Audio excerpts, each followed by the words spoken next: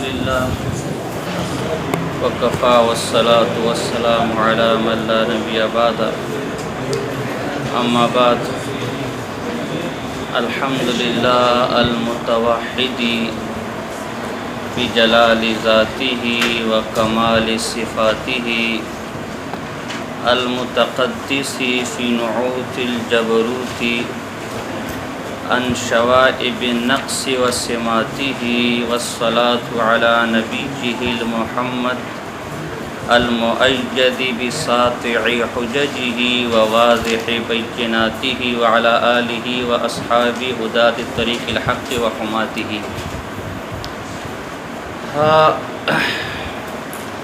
یہ کتاب کا مقدمہ تھا.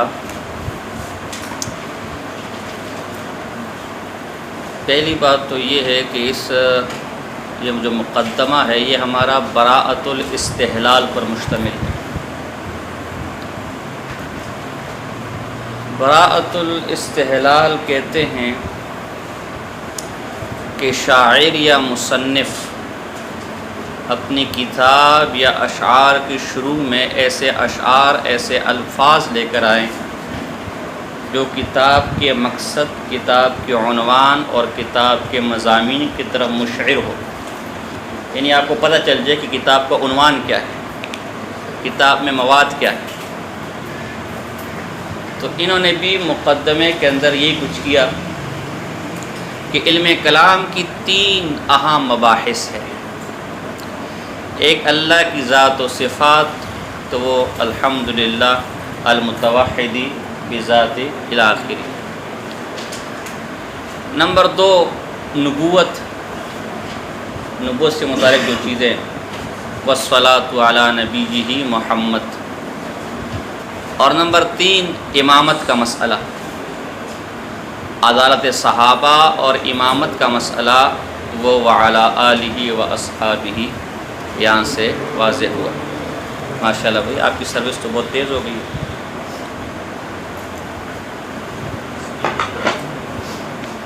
تو یہ ایک خوبی پائی جاتی ہے براءۃ الاستحلال کی اس مقدمے کے اندر. یہ بات واضح ہوئی. اگلا مسئلہ المتوحدی کو دیکھیں. المتوحدی کے اندر پہلا مسئلہ تو یہ ہے کہ اللہ تعالیٰ کے اسماء توفیقی ہیں یا غیر توفیقی. مطلب یہ کہ قرآن و حدیث میں جن اسماء کا ذکر اللہ کے لیے ہے انہی کا اطلاق کیا جائے گا یا خود سے بھی کوئی نام اس کے لیے منتخب کر سکتے ہیں. تو اس معاملے میں جمہور کی رائے یہ ہے کہ اللہ کے اسماء توفیقی ہیں. قرآن و حدیث میں جو اسماء اللہ کے ذکر کردہ ہیں یا اجماعاً جو اسماء ذکر کردہ ہیں اللہ پر انہی کا اطلاق ہو سکتا ہے، اس کے علاوہ کسی اور کا اطلاق نہیں ہو سکتا. اب یہاں مسئلہ اٹھے گا کہ المتوحدی یہ اللہ کے اسماء میں سے نہیں ہے. اللہ کا اسم واحد اور احد تو ملتا ہے لیکن المتوحدی نہیں ملتا. تو اس میں ہم یوں توجیہ کر لیں گے کہ دراصل ہم نے جمہور کا لفظ استعمال کیا.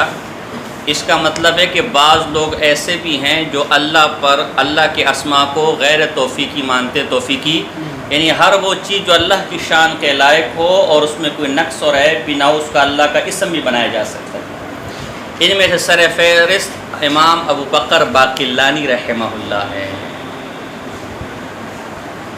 اللہ، یہ امام ابو بکر باقلانی رحمہ اللہ الانصاف فیما یجب اعتقادہ ولا یجوز الجہل بہ فی علم الکلام، ان کی مختصر سی کتاب ہے لیکن عجیب و غریب فوائد پر مشتمل ہے. علم کلام کی، اللہ کی صفت کلام کی سب سے تفصیلی بحث اس کتاب میں، سب سے تفصیلی. شرح عقائد سے بہت سے اشکالات مجھے پیدا ہوئے تھے اللہ کی صفت کلام کے متعلق، تو وہ بہت سے مسائل اس کتاب کے مطالعہ سے حل ہو گئے. لیکن پھر بھی کچھ اشکالات تھے. جس کا ذکر مناسب نہیں تھا، ایک علم کلام کے ماہر سے میں نے اس پر تبادلہ خیال کیا تو دل کو تسلی نہ ہوئی، تو دل ہی میں وہ مسئلے تھے، اللہ سے توبہ استغفار بھی کرتا تھا کہ اللہ مجھے معاف فرما، ہے تو وہی جو قرآن و حدیث میں، لیکن یہ شبہ ہے۔ تو آپ کو عجیب بات بتاؤں، ہمارے اکابر میں سے بہت بڑے بزرگ گزرے، حکیم الامت حضرت مولانا اشرف علی تھانوی صاحب رحمہ اللہ، ان کو اللہ نے عجیب و غریب علوم عطا فرمائے تھے، وہابی علوم تھے۔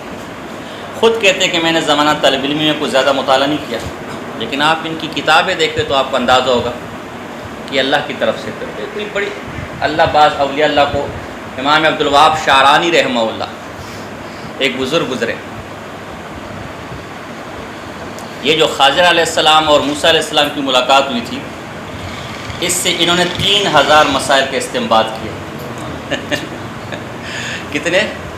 3000، لیکن کہا کہ ہر آدمی نہ پڑھے، کچھ باتیں اندر کی بھی تو ہوتی ہیں نا۔ ہمارے ابھی قریب میں حضرت مفتی امین اور اغزئی صاحب شہید رحمہ اللہ گزرے ہیں، بیچارے ظلماً شہید ہوئے، بہت بڑے عالم تھے، بہت کثیر مطالعہ عالم تھے۔ انہوں نے بھی اس موضوع پر کتاب لکھی ہے، حضرت خضر علیہ السلام اور موسیٰ علیہ السلام کی جو ملاقات ہوئی، اور قریباً 200 سے اوپر کی نکات کا استنباط کیا۔ میرے پاس ہے، میں نے بہت عرصہ پہلے پڑھی تھی۔ کتنے مسائل کا؟ 200 سے اوپر مسائل کا۔ آپ لوگ ہوش کے مینڈک ہیں، کیا ہے؟ اسی ہوش، جیسے ہوش کا مینڈک سمجھتا نا کہ یہ سب سے بس یہ کنواں ہی سب کچھ ہے، وہ تو جب سمندر میں جائے گا پھر پتہ چلے گا۔ اسی پر ابھی ایک انشاءاللہ علمی نقطہ بتاؤں گا، لیکن ابھی ریکارڈنگ چل رہی ہے، ریکارڈنگ بند ہو پھر مجھے بتانا، ٹھیک ہے نا؟ یہ علم کسے کہتے ہیں۔ تو ان کی کتاب عجیب و غریب کتاب ہے، بوادر النوادر، حضرت مفتی زرولی صاحب رحمہ اللہ نے اس کو شائع کروایا تھا ادارہ اسلامیات سے مل۔ تو ان کے شروع میں خلف وعید کے مسئلے کو انہیں چھیڑا، اس خلف وعید کے مسئلے کے اندر مجھے اپنے ان اشکالات کا جواب مل گیا حالانکہ مختصر میں تو جوابات ہیں 2 لائنوں کے، لیکن میرا مسئلہ اس سے کیا ہو گیا، کتنے بڑے بڑے علماء۔ تو یہ وہابی علوم ہے، جو مسئلہ علم کلام کا ماہر حل نہ کر سکا کسی کا، وہ اس آدمی نے جو صوفی بزرگ، صوفی منش آدمی تھا۔ تو یہ اپنے وقت کے بہت بڑے امام تھے، ایک واسطے سے امام اشعری رحمہ اللہ کے شاگرد تھے۔ مالکیہ کے ایک بہت بڑے عالم گزرے، ابو ذر الحروی، یہ واقعہ سیر اعلام نبلاء کے اندر بھی ہے اور دیگر کتابوں کے اندر بھی ہے۔ سیر اعلام نبلاء کا میں بار بار حوالہ دیتا ہوں کہ چونکہ تازہ میں نے اسی کا مطالعہ کیا ہے، 15 جلدیں اس کی ہیں، تو میں نے اس کا ایسا لفظ بلفظ مطالعہ کیا جیسے آپ قرآن کا کرتے ہیں، ایسے نہیں کہ حوالے بھی لگے ہوئے، دیکھ لینا۔ اس لیے اس کے حوالے چونکہ تازہ ہے، لہٰذا یہی ذہن میں آ جاتا ہے۔ تو سیر اعلام نبلاء کے اندر بھی ان کا ذکر ہے۔ یہ مالکیہ کے بہت بڑے عالم تھے، ابو ولید الباجی، جو 4 صدی ہجری کا مالکیہ کا بہت بڑا عالم ہے، وہ اسی کا شاگرد تھا، ابو ذر الحروی کا۔ اور حجاز اور تیونس وغیرہ کے علاقوں میں اشعریت اسی نے پھیلائی تھی، بہت بڑا عالم تھا اشعری نظریات کا۔ تو کسی نے ان سے وجہ پوچھی کہ تو اشعری کیوں بنا؟ یہ ابو بکر باقلانی رحمہ اللہ کتنے بڑے عالم تھے، میں اس طرف آ رہا ہوں۔ ابو ذر الحروی رحمہ اللہ سے کسی نے پوچھا کہ تو اشعری کیسے بنا؟ اس نے کہا میں دراصل حدیث لینے کے لیے امام دارقطنی، جو علل کے بہت بڑے امام تھے، بہت بڑے محدث تھے،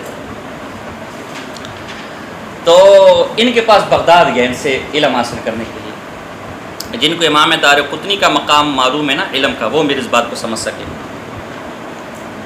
تو کہا ہم راستے میں جا رہے تھے تو ایک بوڑھا وجی چہرے والا، خوبصورت چہرے والا، باروق چہرے والا ایک بوڑھا ہمیں نظر آیا۔ امام دارقطنی نے بھاگتے ہوئے اس کے ماتھے کو چوما اور اسے بڑے ادب سے ملا کر کے۔ تو میں نے استاد جی سے کہا، استاد جی ماشاءاللہ یہ بوڑھے بزرگ صاحب کون تھے جس کا آپ اتنا ادب کر رہے تھے؟ میں تو سمجھ گیا یہ کوئی بڑی شخصیت ہے اور آپ اتنے ادب سے ملے۔ کہا تو اسے نہیں جانتا؟ کہا نہیں۔ تو شیخ الاسلام والمسلمین امام ابو بکر باقلانی رحمہ اللہ ہے۔ تو اس دن سے ان کی محبت، اہل سنت کا دفاع کرنے والا، اس دن سے ان کی محبت میرے دل میں گھر کر گئی اور میں ان کے پاس آنے جانے، وہیں سے میں نے یہ جو اشعری نظریات ہیں قبول کی اور اس کو پھیلانا۔ تو امام ابو بکر باقلانی کا ایک قول یہ ہے، تو یعنی ان کا قول یہ ہے کہ اسماء اللہ یعنی اللہ کے اسماء یہ توفیقی نہیں، بس جو مناسب لفظ اللہ کی شان کے مطابق ہو وہ آپ اللہ کو اس کا کیا کر سکتے ہیں، اطلاق۔ تو المتوحدی ٹھیک ہے، اللہ کی شان کے مطابق کہ آپ کرتے کوئی مسئلہ نہیں، ان کے مذہب پر تو کوئی اعتراض نہیں۔ جیسے طبیب ہے نا، اب اللہ شفا دینے والا ہے، لیکن اللہ کو طبیب اس لیے کہ طبیب قرآن حدیث میں اللہ کے لیے آیا نہیں، تو اللہ کو طبیب، یہ مسئلہ سمجھ آ رہا ہے کہ نہیں آ رہا؟ ہاں، صفات وہ آپ جو اللہ کی شان کے مطابق ہو اور نقص نہ ہو اس کی اضافت کر سکتے ہیں۔ البتہ جمہور جن میں سر فہرست امام غزالی رحمہ اللہ اور امام رازی رحمہ اللہ ہے، اور مسامرہ کے اندر بھی یہ بات ہے، شریف کمال رحمہ اللہ، مسامرہ بھی عقیدے کی بڑی اہم کتاب ہے، مختصر ہے اور اثر ہے۔ یہ ہمارے پاس جو نسخہ ہے وہ بلوچستان کا چھپا ہوا ہے، ویسے بھی یہ بیروت سے بھی چھپ گیا ہے اور مردان سے بھی چھپ گیا ہے اور پشاور سے بھی چھپ گیا ہے، تو جو نسخہ آپ کو مناسب لگے آپ اس کو کیا کر سکتے ہیں، خرید سے۔ ہمارے پاس پرانا نسخہ ہے کوئٹے کا۔ مسامرہ میں بھی یہ بات ہے کہ جمہور کا مسئلہ یہ ہے کہ اسماء توفیقی ہیں اور صفات غیر توفیقی ہیں، لہذا المتوحدی پھر اللہ کا اسم نہیں ہوگا بلکہ یہاں اللہ کی صفت ہے۔ کیا ہے؟ اللہ کی صفت ہے۔ تو یہ المتوحدی اللہ کے ناموں میں سے نہیں بلکہ اللہ کی صفات میں سے۔ دوسرا مسئلہ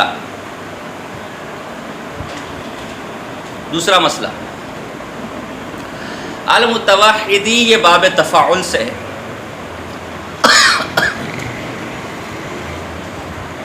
اب یہ حاشیہ خیالی شروع ہو گیا، المتوحدی یہ اب تفاعل سے، باب تفاعل سے اسم فاعل کا صیغہ ہے، اور تفاعل تین چیزوں کے لیے آتا ہے، طلب کے لیے۔ تعظم زید، زید نے عظمت طلب کی، تو اللہ توحید طلب کر رہا ہے۔ اگر پہلے سے اللہ واحد ہے تو طلب حاصل ہے، تحصیل حاصل ہے، وہ باطل۔ اور اگر اللہ پہلے سے متوحد نہیں تھا بعد میں، تو یہ تو اللہ کی صفات میں تغیر آ گیا، حدوث آ گیا۔ بس سمجھ رہے کہ نہیں؟ تحصیل حاصل کیوں باطل ہے یہ تو معلوم ہے نا۔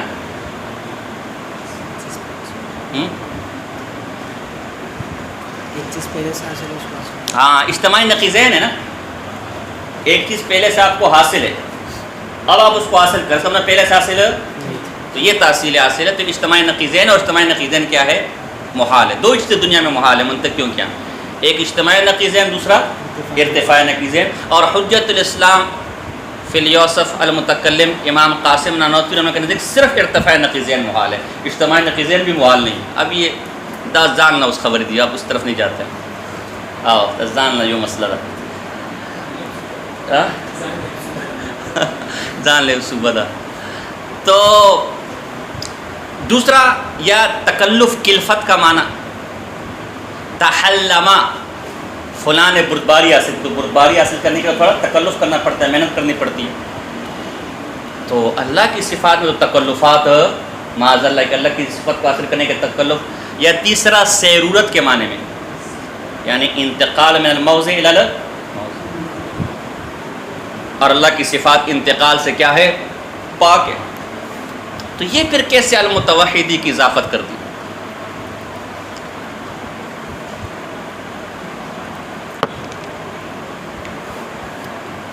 بجلال ذاتی کے ساتھ۔ تو ذرا سمجھے، یہاں ترکیبی اعتبار سے آپ تین صورتیں نکال سکتے ہیں۔ پہلی صورت یہ ہے کہ با جو حرف جر ہے اسے ظرف لغو بنا دے، المتوحدی کے متعلق کر دے، پھر اس میں سے کوئی بھی اشکال وارد نہیں ہوگا۔ پھر معنی استقلال الفاعل فی المجرور، اے عدم شرکت الغیر فیہ، اس معنی میں ہو جائے گا، یعنی حصر ہو جائے گا، فاعل مجرور میں بند ہو جائے گا۔ تو معنی یہ ہو جائے گا کہ اللہ ہی کی ذات جلیلہ یہ کیا ہے؟ یکتا ہے، یکتائی اسی کی شان کے لائق ہے، وہ صفات میں بھی یکتا ہے اور ذات میں بھی یکتا ہے۔ جیسے کہتے ہیں نا کہ توحد زید بمال ای تفرد بہ، مال میں صرف کون ہے؟ زید، کوئی اور اس کا شریک۔ تو اگر یہ با کو المتوحدی کے متعلق کر دے تو پھر کوئی ایسا اشکال، پھر یہ استقلال الفاعل فی المجرور کی قبیل سے ہو جائے گا۔ البتہ یہاں با کو تلبسن یا ملابسن، تلبس کے لیے مانے یا ملابست کے لیے مانے، پھر یہ اعتراضات ہوں گے، پھر یہ تینوں اشکالات ہوں گے کہ پھر یا یہ بات سیرورت کے لیے بنے گی، یا تکلف کے لیے بنے گی، یا جناب جی طلب کے لیے بنے گی۔ تو پھر ہم تینوں میں تعویلیں کریں گے۔ یہاں طلب کا معنی ہو جائے گا اقتضاء الذات، یعنی یہ نہیں کہ اللہ کے اندر پہلے سے وہ چیز نہیں تھی بلکہ پھر طلب کی۔ اللہ کی ذات کا تقاضا یہی ہے کہ اللہ اپنی ذات میں کیا ہے؟ واحد ہے۔ اللہ وحدت میں کسی اور کا محتاج ہے؟ اللہ ہے تو واحد ہے۔ یہ پھر طلب اقتضاء الذات کے معنی میں ہو جائے گا۔ تکلف اس کو بھی مجازی کر لیں گے۔ کمال، کوئی چیز جب تکلفاً حاصل ہوتی تو کمال کے ساتھ حاصل ہوتی ہے، محنت سے حاصل کی، تو یہ پھر کمال ہو جائے گا۔ یعنی اللہ کا کمال یہ کہ اپنی ذات و صفات میں کیا ہے؟ یکتا ہے۔ اگر سیرورت کے معنی میں لیں گے تو پھر سلب انتقال، تجرد عن الانتقال، انتقال کا معنی سلب کر لو، صرف ہو جانا۔ اللہ اپنی ذات میں کیا ہے؟ یکتا ہے، پھر اس معنی میں کر لو۔ بات سمجھ آ رہی؟ باقی بجلال ذاتی ہی یا اضافت لامیہ بھی ہو سکتی ہے، اور یہ اضافت الصفت الی الموصوف کی قبیل سے بھی ہو سکتا ہے۔ یہی سب سے آسان ہے، جمہور نے اسی کو اختیار کیا۔ پھر اضافت لامیہ ہو یا اضافت الصفت الی الموصوف ہو، یہ پیچھے 4 صورتیں نکلیں گی، یعنی وہ استقلال الفاعل فی المجرور، سیرورت وغیرہ، ان 4 کے ساتھ ضرب کرو گے پھر با کے 3 معنی نکلتے یا 2 معنی، تقریباً 24 صورتیں بنتی ہیں۔ ہم اس تفصیل میں نہیں جاتے، بلکہ بس آسان یوں کر لو کہ یہاں اضافت الصفت الی الموصوف کی قبیل سے معنی ہو جائے گا تمام تعریفیں اس ذات کے لیے ہے جو اپنی ذات جلیلہ میں یکتا ہے اور اپنی صفات کمالیہ میں یکتا ہے۔ یہاں پر بھی و کمال صفاتی اضافت الصفت الموصوف یا اضافت لامیہ۔ المتقدسی فی نعوت الجبروت، جو پاک ہے اپنی عظمت والی صفات میں، ان شوائب النقص و سماتہ، نقص، عیب، نقص کی آمیزش اور اس کی علامات سے۔ نعوت یہ نعتن کی جمع صفت، معنی ذات، معنی زائد علی الذات۔ جبروت تو ویسے قہر کو کہتے ہیں اور غلبے کو کہتے ہیں، یہاں علو اور عظمت کے معنی میں۔ جو پاک ہے اپنی عظمتوں والی صفات میں، شوائب شائبتن کی جمع ہے، خلط ملط، آمیزش۔ نقص عیب کو کہتے ہیں، سمات مشہور لفظ ہے، علامت۔ جو پاک ہے اپنی عظمت والی صفات، عظمتوں والی صفات میں نقص کی آمیزش سے اور اس کی علامات سے۔ اچھا دیکھو یہاں عجیب بات دیکھو، ان 2 عبارتوں میں اللہ کی دونوں قسم کی صفات کو ذکر کر دیا۔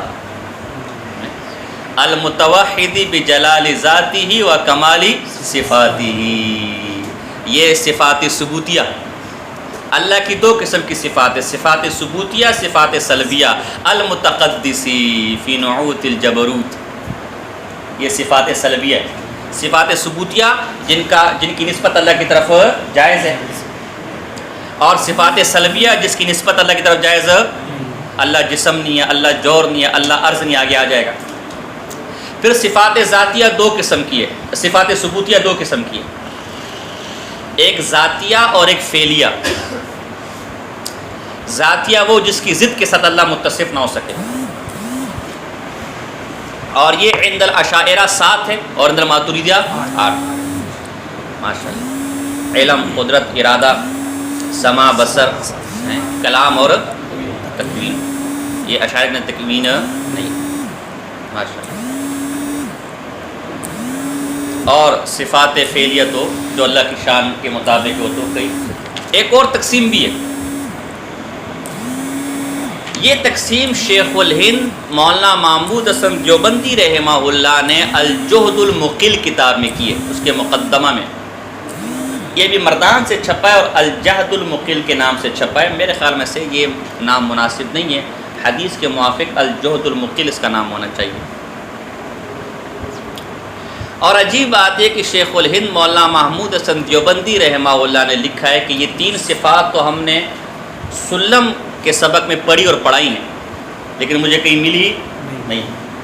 تو ظاہر ہے چونکہ شیخ الاسلام زکریا انصاری رحمہ اللہ کا حاشیہ اب چھپ کر آیا کافی عرصے بعد، اس زمانے میں کتابیں حدیث کی مشہور کتابیں تک نایاب تھیں، تو یہ تینوں قسمیں شیخ الاسلام زکریا انصاری کے حاشیے میں مجھے مل گئی، انہوں نے لکھی ہے۔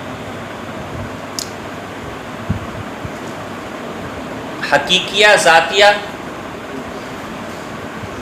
حقیقیہ محضہ بھی کہہ سکتے اس کو، صفات حقیقیہ محضہ۔ ہاں شاباش، کیا ہے دوسرا؟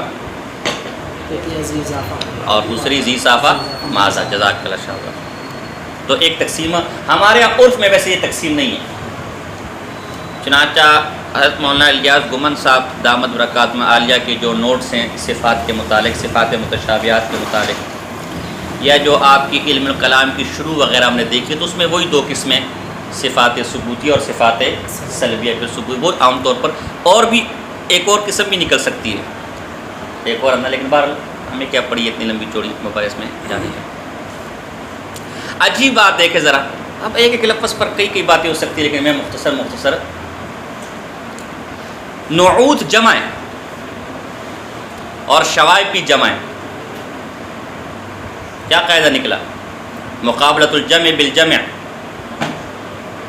مقابلۃ الافراد بالافراد، رکب القوم دوابہم، قوم بھی جمع اور دواب بھی، یعنی قوم کا ہر فرد سواری پر، ہر ایک کی الگ الگ نعوت، اللہ کی ہر صفت عیب سے پاک ہے۔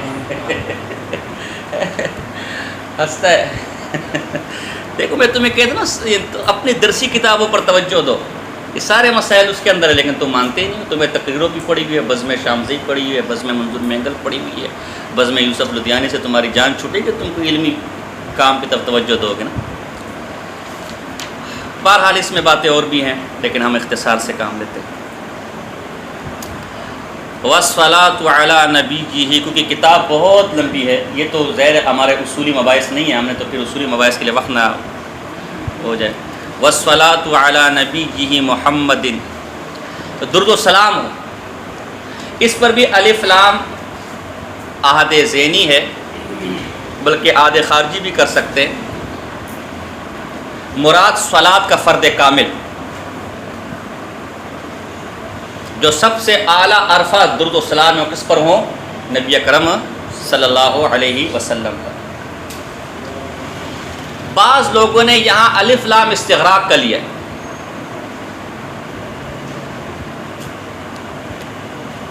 الف لام استغراق کی صورت میں یہ ہو جائے گا کہ جتنے بھی صلاۃ و سلام ہیں، جتنے بھی درود ہیں، وہ سارے نبی پر ہیں، ہمارے نبی پر، تو دیگر انبیاء اس سے نکل جائیں گے، یہ مناسب نہیں۔ لیکن اس میں ایک تعویل ہو سکتی ہے، جیسا کہ امام نانوتوی رحمہ اللہ نے فرمایا اور دیگر حضرات نے بھی لکھا ہے کہ جس نبی کو جو نعمت بھی ملی ہے ہمارے نبی اکرم صلی اللہ علیہ وسلم کے واسطے سے ملی ہے، تو تمام درود حضور ہی کے ساتھ خاص ہیں۔ اگر کسی اور کو ملا ہے تو وہ بھی کس واسطے سے ملا ہے؟ حضور ہی کے، تو لہذا الف لام استغراق بھی بریلیوں کو ذرا خطیبانہ انداز میں چٹکلا سناؤ، ایسے جھومیں گے، کیسا بڑا عاشق رسول ہے، اور نام مراد جس نے یہ نقطہ بیان کیا نانوتوی اس پر کفر کے فتوے لگاتے ہیں، جاہل عوام ہے نا بیچارے، ان کو کیا اعلیٰ نبی جی ہی، نبی کا لفظ لے کر آئے، رسالت کیوں نہیں لے کر آئے؟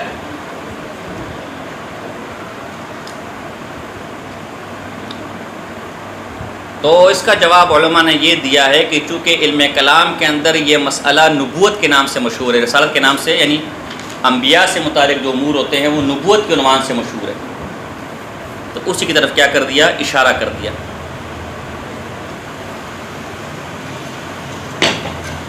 نبی کا لفظ تبھی لے کر آئے.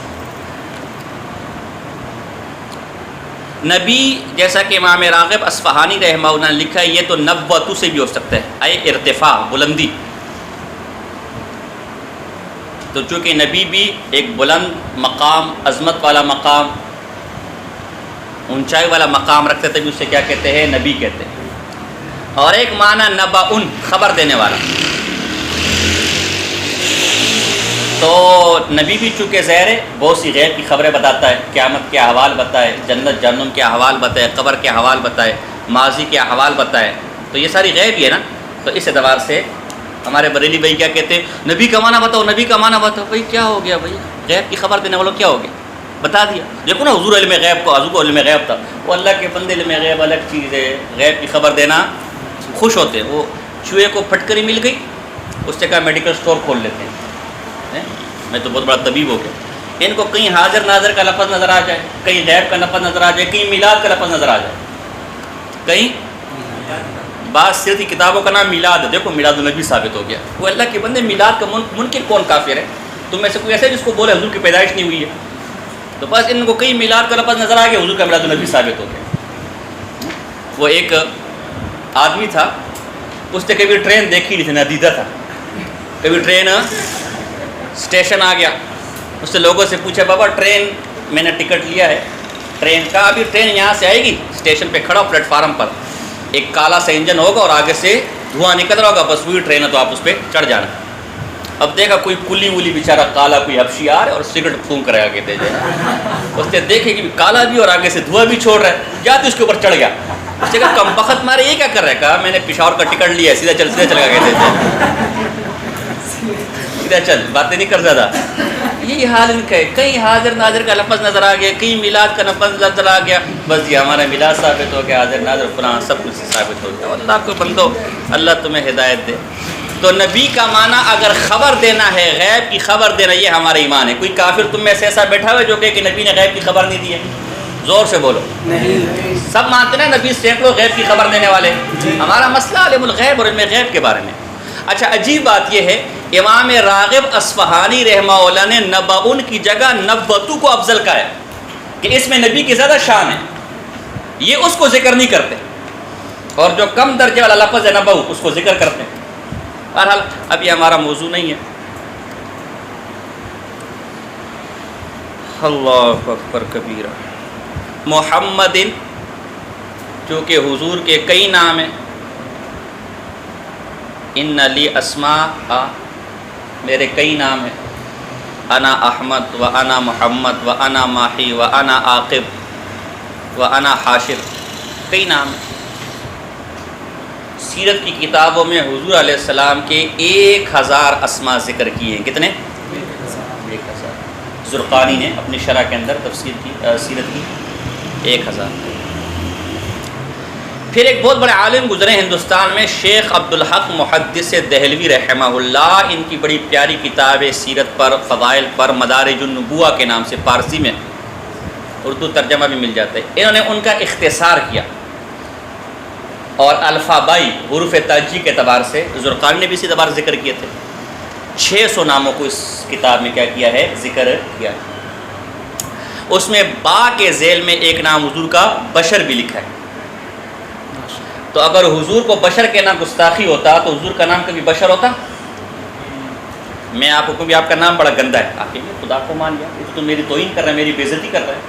اگر بشر حضور کو کہنا گستاخی ہوتی یا بشر عیب ہوتا، یہ حضور کے پاک ناموں میں سے نہ ہوتا. حضور کے تو نام چننے کے لائق ہے. تو اب یہ اس وقت ہمارا موضوع نہیں ہے، ایسی میں نے چونکہ بات آ گئی تو میں نے کر دی. تو محمد چونکہ سب سے افضل نام تھا، سب سے اعلیٰ نام تھا، تبھی تحتاوی کے اندر نبی پر ایمان لانے کے لیے 3 شرائط ذکر کی گئی ہیں. ایک یہ کونہ بشر، حضور کو بشر مانے، یہ عقیدہ رکھتا ہو.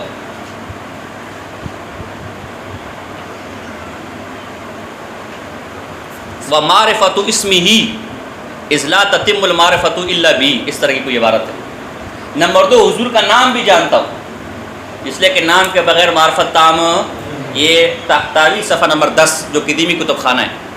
اور بیروت کا بھی یہی صفحہ ملے گا، اس لیے کہ بیروت والوں صحیح قدیمی نے چھاپا ہے۔ یہ جو نا نور الرضا کی جو شرح ہے، نور الرضا کی شرح کا کیا نام ہے، جو خود شرم بلالی نے لکھی تھی، مشہور شرح ہے نا یار، اس کی یہ شرح ہے کیا شرح ہے، مشہور نام ہے یار، ذہن سے بالکل نکل گیا، خود مصنف نے شرح لکھی ہے، مراکز الفلاح۔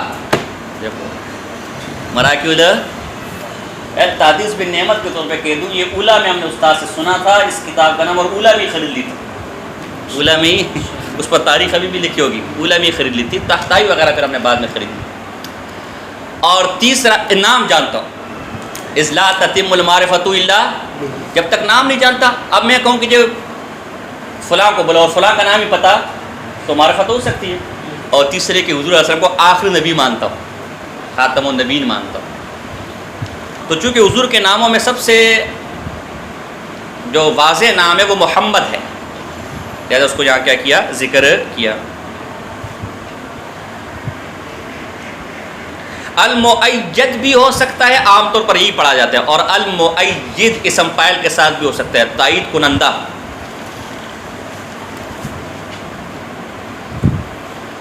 بسواطع حججہ وواضح بیناتہ، اس کے اندر اضافت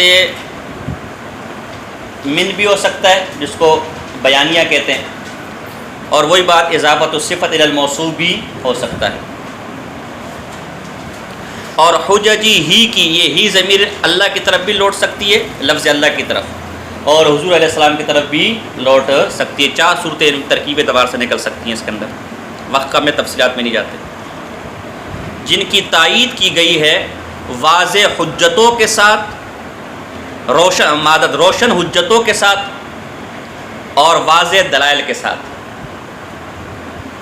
ساطع اصل میں ارتفاع کو کہتے ہیں، سطح الصبح، صبح ظاہر ہوئی، صبح بلند ہوئی، تو اس کو روشنی کے معنی میں لے دے، سفیدی کے معنی میں لے لیا گیا۔ اچھا، حجج اور بینات دونوں کا معنی ایک ہے، حجت بھی دلیل کو کہتے ہیں اور بینہ بھی کس کو کہتے ہیں، لیکن اعتباری فرق ہے تھوڑا، مفہوم دونوں کا کیا ہے۔ حجت ایسی دلیل کو کہتے ہیں کہ جس کی بنیاد پر آپ اپنے خصم پر غالب آ جائیں، آپ اپنے مد مقابل پر غالب آ جائیں، اور بینہ ایسی دلیل کو کہتے ہیں کہ جس کی وجہ سے آپ کا صدق، سچا پن مخالف پر ظاہر ہو جائے۔ ایک باریک سا فرق ہے۔ تو یہاں سے مراد بینہ اور حجت سے مراد علماء نے معجزات لیے حضور علیہ السلام کہ اللہ نے حضور کو ایسے معجزات دیے تھے کہ جس کی بنیاد پر فریق مخالف پر آپ غالب بھی آ گئے تھے، اور فریق مخالف کے دلوں میں آپ کا صدق بھی کیا ہو گیا تھا، بیٹھ گیا تھا۔ وعلی، اب باتیں بہت وقت کم ہے تو ہم اب گیر لگاتے ہیں۔ وعلی آلہ و اصحابہ، اور ان کی آل پر اور اصحاب پر درود و سلام ہو، ہداۃ الطریق الحق کی، جو حق کے طریقے کے رہنما تھے، و حماتی، اور اس کے حمایت یافتہ تھے۔ بتا دیا کہ بھئی صحابہ میں سے کوئی بھی گمراہ معاذ اللہ۔ بعض لوگوں نے اس میں تھوڑا سا فرق کیا ہے، ہداۃ الطریقی سے مراد صحابہ لیے ہیں اور حماتی سے مراد اہل بیت لیے، اور بعد نے کہا دونوں سے مراد صحابہ اور اہل بیت ہے۔ فرق کیوں کیا ہے بعض لوگوں نے؟ فرق روافظ پر رد کرنے کے لیے کہ اہل بیت کے حمایت یا ہدایت یافتہ ہونے پر تو کسی کے اختلاف وہ تو ہم بھی مانتے ہیں اور روافظ بے ایمان بھی مانتے ہیں، لیکن شیعہ کے باب میں وہ مانتے ہیں۔ تو یہ ہداۃ الطریق الحق کی، یہ ہداۃ الطریق الحق، یہ خاص صحابہ کے بارے میں، یہ رافضیوں تمہاری طرح نہیں، بلکہ وہ بھی حق کے راستے کے کیا تھے، رہنمائی کرنے والے تھے، ہادی تھے، وحمات، اس کی حمایت۔ اب صحیح یہی ہے کہ دونوں اس میں شامل ہیں، دونوں کیا ہیں، آل بیت بھی شامل ہے، یہ دونوں کی صفت ہے، اور صحابہ بھی شامل ہے۔ اس میں اور باتیں بھی ہیں، جیسے آل اصل میں کیا تھا اور کتنے اقوال ہیں، یہ کب استعمال ہوا، اصحاب کس کی جمع ہے، یہ چونکہ مشہور باتیں، ہدایت کے معنی کیا ہے، ٹھیک ہے، اور متکلمین کیا ہدایت کے کیا معنی، اعراب طریق کے ساتھ مطلوب، تو آپ کی منطقیوں کی باتیں، شاہ تہذیب کی باتیں، وہ تو بچوں والی باتیں ہو گئی ہیں۔ متکلمین کیسے کیا معنی ہے، تو وہ اب چونکہ وقت نہیں رہا، لہٰذا ہم اس پر ہی کیا کرتے ہیں، اکتفا کرتے ہیں۔ اللہ پاک سمجھنے، تو ترجمہ آپ صرف دیکھ لینا، یہ جو ہمارے نیچے درجے کے طلباء ہیں یہ صرف کیا کر دیکھ لے ترجمہ وغیرہ دیکھ لے اور لغوی معنی دیکھ لے تو بھی ان کے لیے کیا ہے کافی ہے۔ بات سمجھ آ گیا آپ لوگ